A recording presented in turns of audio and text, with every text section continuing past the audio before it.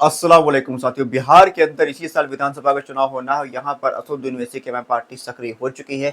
MIM party यहाँ पर पूरी मजबूती के साथ चुनाव लड़ना चाहती है और साथ ही साथ एमआईएम पार्टी ये भी चाहती है कि वो किसी भी तरीके से महागठबंधन जिसका नेतृत्व तेजस्वी यादव की आरजेडी पार्टी करती है उस गठबंधन का हिस्सा बन जाए।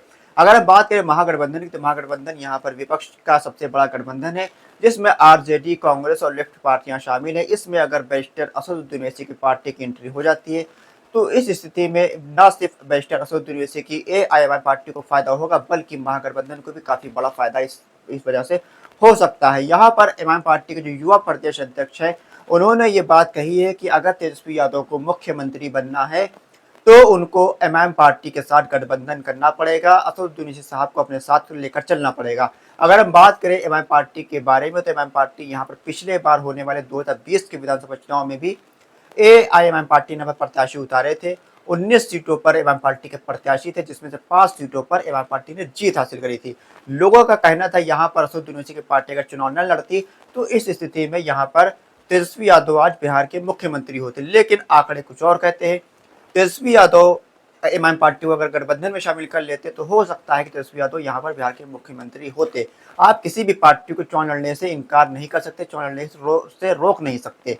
आप हर राज्य के अंदर जाकर हर पार्टी चुनाव लड़ती है, लेकिन जब बैरिस्टर असदुद्दीन ओवैसी की एमआईएम पार्टी यहाँ पर चुनाव लड़ने जाती है किसी भी राज्य के अंदर, तो उस राज्य के जो बड़ी सेकुलर नेता जो अपने आप को सो मानते हैं, वो लोग बैरिस्टर असदुद्दीन ओवैसी साहब पर इल्जाम लगाने लगते हैं कि भारतीय जनता पार्टी की बी टीम है, भारतीय जनता पार्टी के एजेंट है और इनको यहाँ पर चुनाव नहीं लड़ना चाहिए।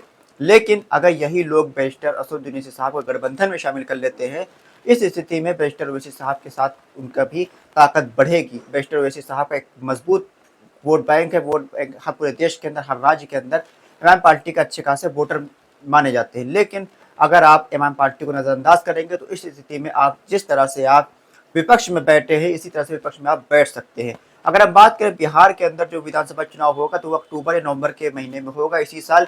इस स्थिति में यहाँ पर गठबंधन की कवायद तेज हो चुकी है। एमआईएम पार्टी ने अपनी ताकत पिछले बार विधानसभा चुनाव में दिखा दी थी। इस स्थिति में अब तेजस्वी यादव को यह तय करना है कि एमआईएम पार्टी को अपने साथ गठबंधन में लेना है या फिर एक बार फिर से एमआईएम पार्टी को नजरअंदाज कर विपक्ष में बैठना है। अगर यहाँ पर एमआईएम पार्टी को गठबंधन में लेते तो एमआईएम पार्टी इस स्थिति में 8 से 10 सीटों पर चुनाव लड़ेगी और 8 से 10 सीटों पर चुनाव लड़कर सभी सीटें एमआईएम पार्टी चुनाव जीत सकती है और तेजस्वी यादव मुख्यमंत्री भी बन सकते हैं। लेकिन अगर एमआईएम पार्टी से गठबंधन नहीं होता है तो उस स्थिति में एमआईएम पार्टी 40 से 50 सीटों पर प्रत्याशी उतारेगी और यहाँ पर तेजस्वी यादव को सपना मुख्यमंत्री बनने का वो सपना ही रह जाएगा। आपको मालूम होगा जब तेजस्वी यादव पिछले बार एमआईएम पार्टी के 5 में से 4 विधायकों को तोड़ लिया था, उस वक्त लोगों का कहना था कि एमआईएम पार्टी यहाँ पर खत्म हो जाएगी, असदुद्दीन ओवैसी साहब को कोई नाम लेवा नहीं बचेगा। लेकिन यहाँ पर उसका उल्टा हुआ।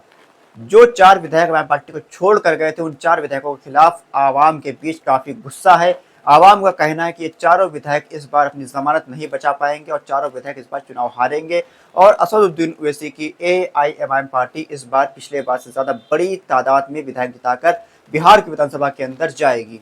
बिहार के अंदर जो 24 सीटें सीमांचल के इलाके में आती हैं, यहाँ पर खासतौर से एमआईएम पार्टी का दबदबा है, एमआईएम पार्टी का अच्छा खासा वोट बैंक है। अगर तेजस्वी यादव यहाँ पर गठबंधन करते हैं तो इसका फायदा तेजस्वी यादव को मिल सकता है। लेकिन अगर वो अहंकार में रहेंगे, घमंड में रहेंगे, तो उनको इस स्थिति में एक बार फिर से विपक्ष में बैठना पड़ सकता है। आप क्या राय है कि एमआईएम पार्टी को बिहार के अंदर किस पार्टी से गठबंधन करना चाहिए?